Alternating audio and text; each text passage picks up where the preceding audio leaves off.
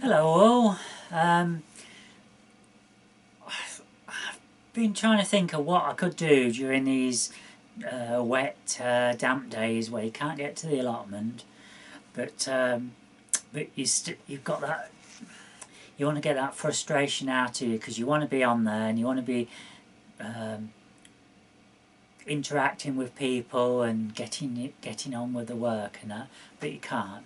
So anyway, my mind got wandering around and I was thinking, what do other YouTube viewers, what aren't they doing in the gardening scene? And there you are, folks, this is it.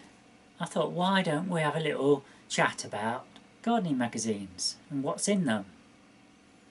So this is one magazine which I have it, I suppose, really from probably about February, or maybe even January, I suppose, right through to through the year. And one of the reasons why is it's because it has a lot of free seeds on. But obviously, when it comes to the autumn, they stop having the seeds on. So I tend to avoid paying the money because money's short supply. I mean, in an ideal world, I'd like to buy them all. And when I was working, I wasn't buying gardening magazines because I was heavily into IT, computers and that, and I had every single magazine there was out there, and that's how I learned. But anyway, this is one of the magazines that most of the year I'll say I buy. And it just happens that in this issue, which is December the 12th, so I suppose the next one will be out probably tomorrow. What are we on? Yeah, I guess the next one's out. I think it's usually on a Tuesday that this comes out, along with Amateur Gardening. They're two magazines where I get all my seeds from. And then occasionally I have the other ones. But for today, I thought we'd have a look through this magazine.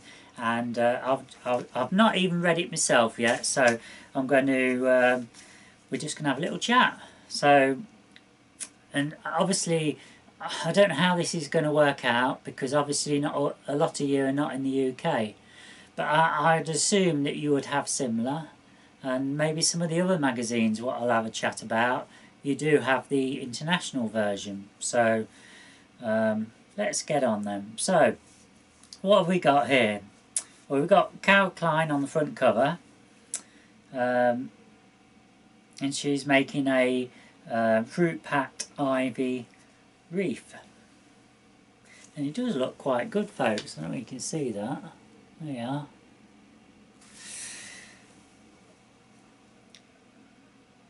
Oh, and it's mentioning on the front cover about plant helleborus for exquisite late winter blooms. We have actually got some in the garden. I think I've got 6 or 7 of those to see how they're going. Let's have a quick peek. Got the usual adverts. And what I'll probably do is just pick out 1 or 2 articles and can have a little chat about it.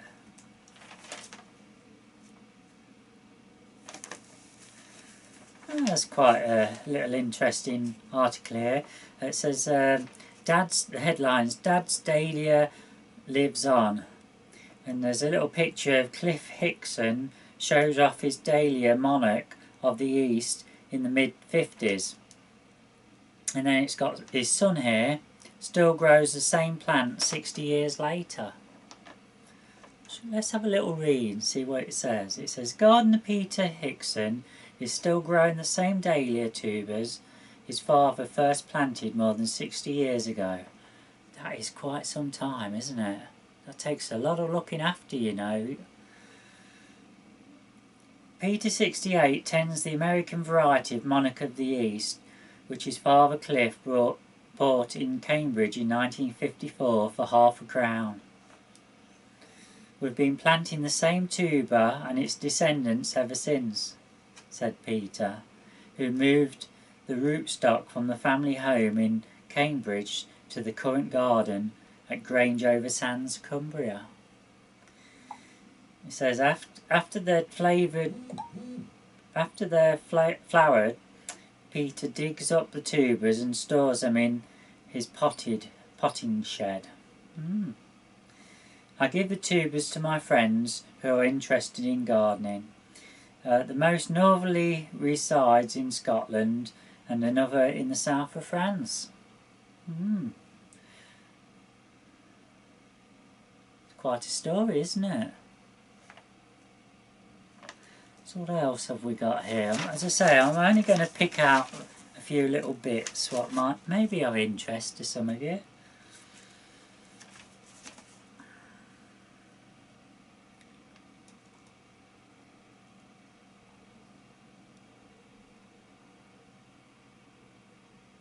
Oh, there looks to be an interesting article here. It said the headline is "Miracle Fruit Tickles the Taste Buds." It says a fruit that makes sour things taste sweet is exciting the attention of scientists and the food industry. Miracle fruit. Oh, here we are, folks. Can't pronounce it. Syncephalum delcificium, an evergreen shrub, should have just said that, shouldn't I, from West Africa, produces mildly sweet red berries that release a substance called myricallin. This binds to the tongue's taste receptors and acts as a sweetness inducer, trickling the tongue into sensing that bitter and sour food, like lemon and vinegar, taste sweet. The effort is temporary, lasting between 30 seconds and 2 hours. Well, that could be interesting. It was first discovered in 1725. When explorers were intrigued when local tribes chewed these berries before meals. Now scientists think this could be used to help reduce intake of sugar or artificial sweeteners such as saccharin or what's that? Aspartame. Products made from there's a lot of big words in this article, folks, and I ain't going to. But anyway, that looks quite an interesting article. So we've got one on soil, humus. It says the bulk of soil comprises two key materials. Its mineral ingredient, which decides it is chalky or sandy, for example, and its organic content, which acts as a reservoir of nutrients to feed new plant growth. Fibres that help improve soil structure, and the kind of glue which opens up soil texture by sticking minute soil particles into larger crumbs. This is humus, the partly rotted remains of things that once lived. A complex mix of plant and animal waste, plus dead microbes and the other soil organisms which break it down. Yeah, it's you just don't know what's in soil, do you, folks? I mean, just think of over the thousands of years the amount of people who have died, you know, and I'm sure that, I mean, they probably weren't all buried like they are now. So, it does make you wonder. So next time you get your hands in the soil, just think, folks. You could be handling what was once a person, or at least a dead animal. It says when we add compost or manure to soil, it decomposes to become humus. Without it, soil seems starved and lifeless. I won't go on to read it all, folks. It would spoil it. You might want to buy the magazine yourself. And I don't get any commission for this. I wish I did. It'd be nice if I had a free mag. Um, there's an interesting article on Aquilegia mildew enigma. This disease is still not understood.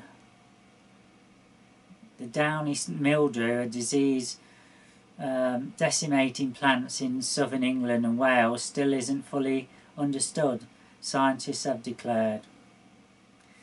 So there, I'm not going to go into it anymore, folks, but there's a nice little wildlife watch article here on flights of fancy.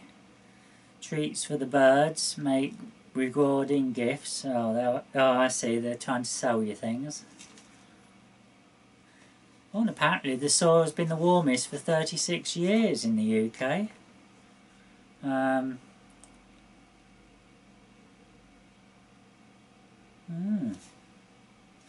Let's have a look.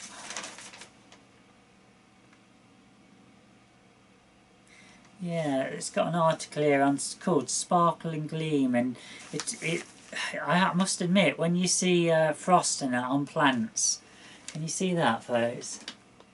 It does look very pretty, doesn't it? It says the gardens come truly magical. I have to agree with that.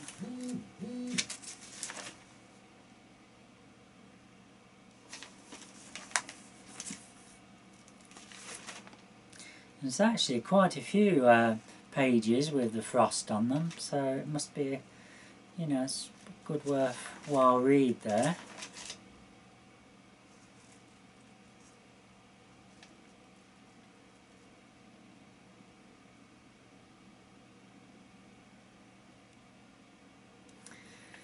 There's a nice one, Gardener of the Week, a tapestry of nature, a windswept cosy nook of a garden high on a hill by the sea in Fife, mirrors its stark weathered surroundings.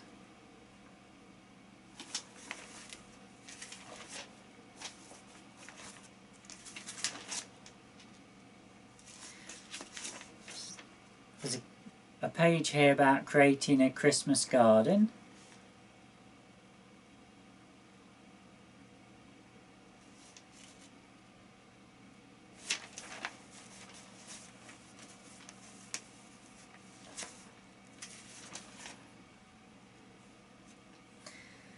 And then there's obviously there's a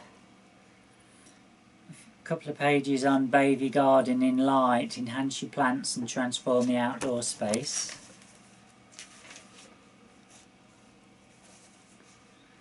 And it also goes on to show you festive gardens to visit. And that, by the looks of it, is... well, it is all in the UK. I thought some of the buildings might have been elsewhere, but they're not.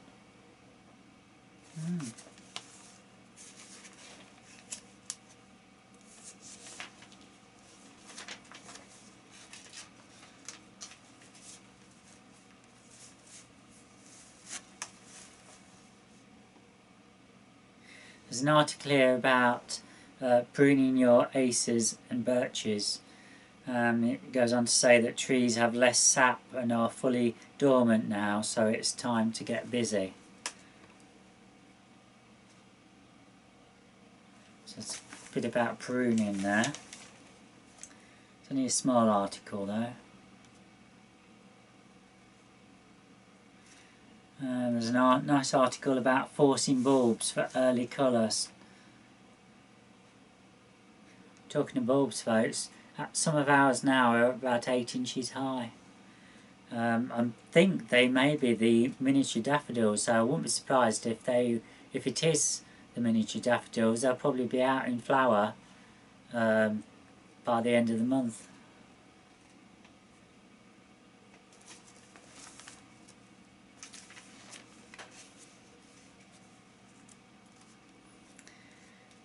Get sowing in December.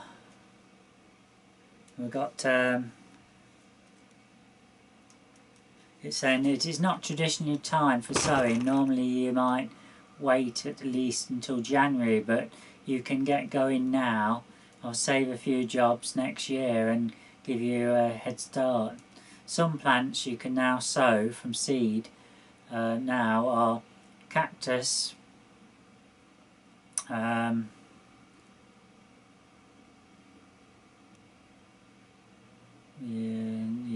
it gives you a little name. Cyclamen, which prefer cool temperatures. Yeah, cyclamen. I've got a packet, and we did think about them, but it did seem a bit complicated and time consuming. And I think you have to keep them in shade and that for a couple of months. You know, so there's quite a bit of work involved, but probably worth doing.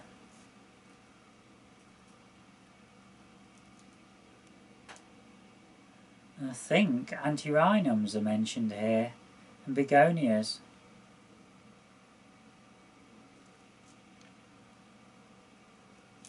There's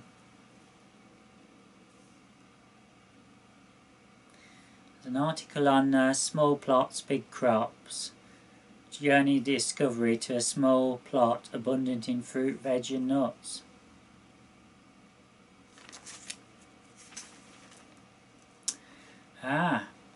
Apparently you can trim your grapevines now. It says hard pruning will keep them healthy and productive.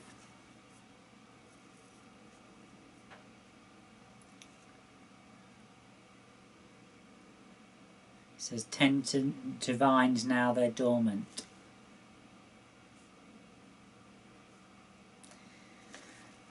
Protect your broad beans if you direct sown in autumn. You should have small plants with a few leaves peeping up by now. After such an extended and mild autumn, you may even have large plants. On well-drained soil, autumn varieties such as and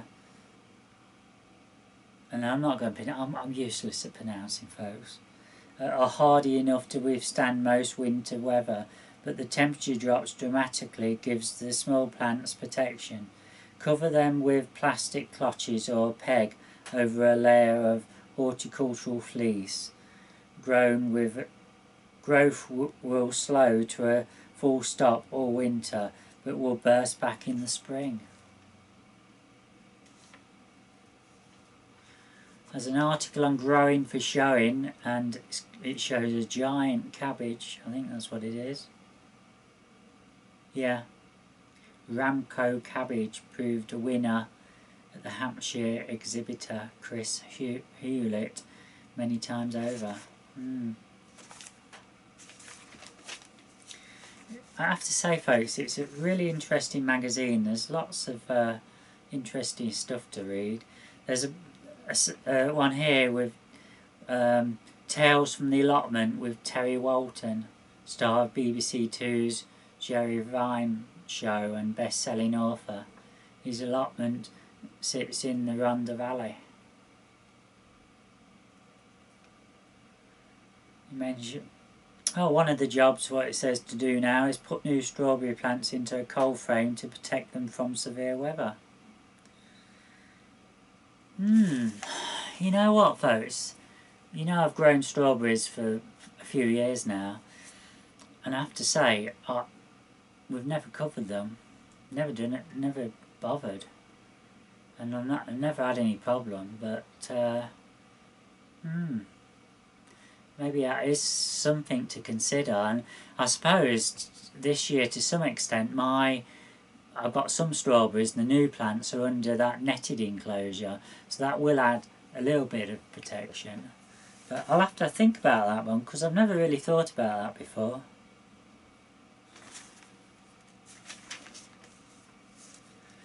Nice interesting article about new varieties of flowers for 2016.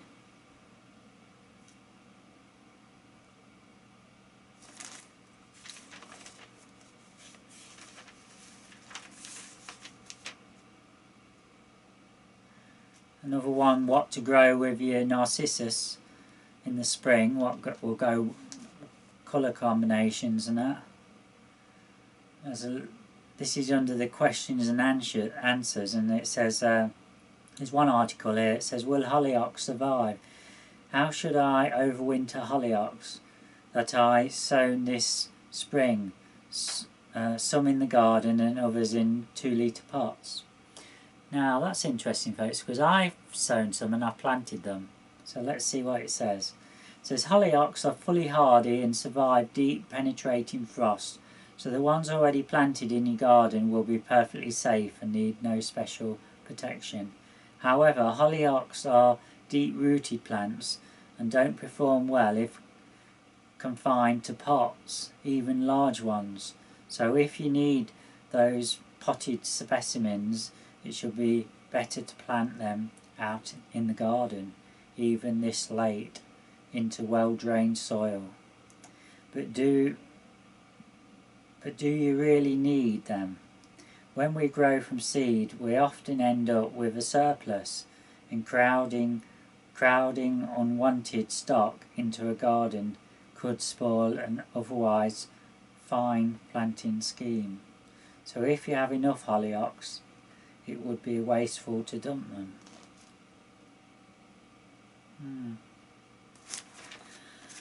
So folks, there's quite a lot to read in here. There's all bits and bobs. Plants for Christmas and crossword. There's even one here about grow your own Christmas tree.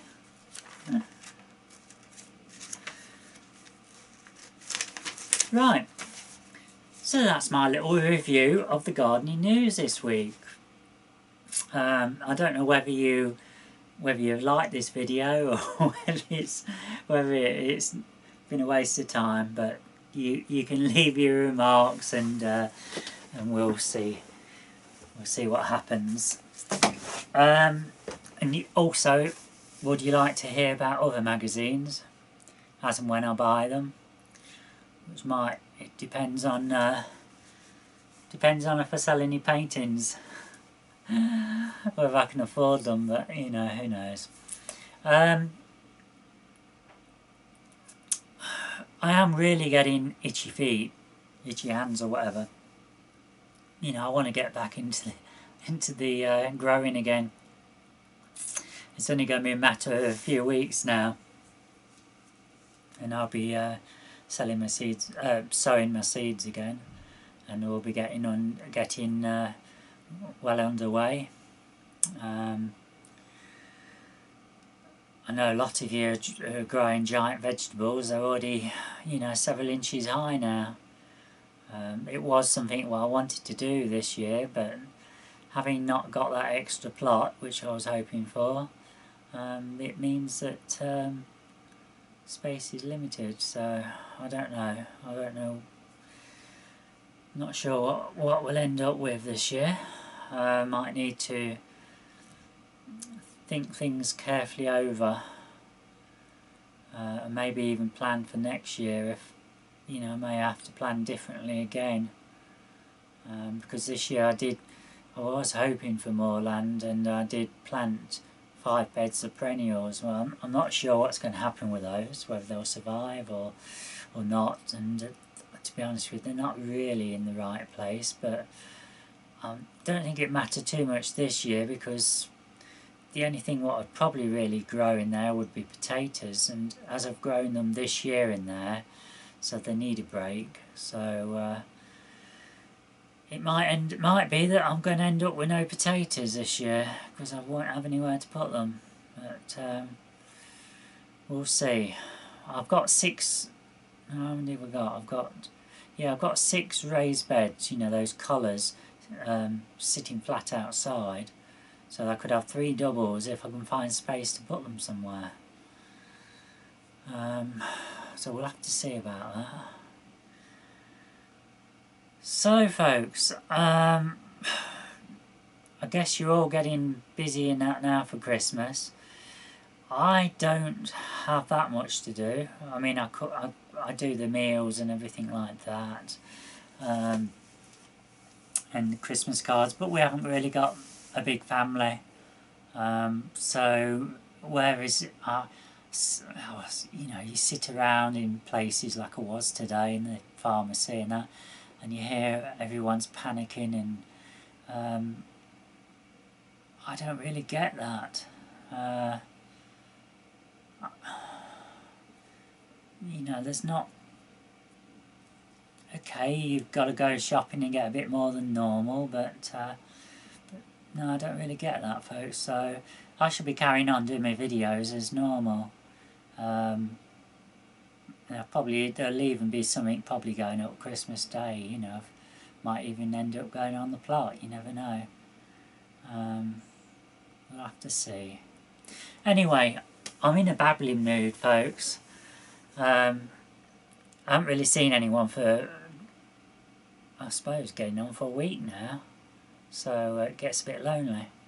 But so I sort of kind of talk to myself, or talk to you lot.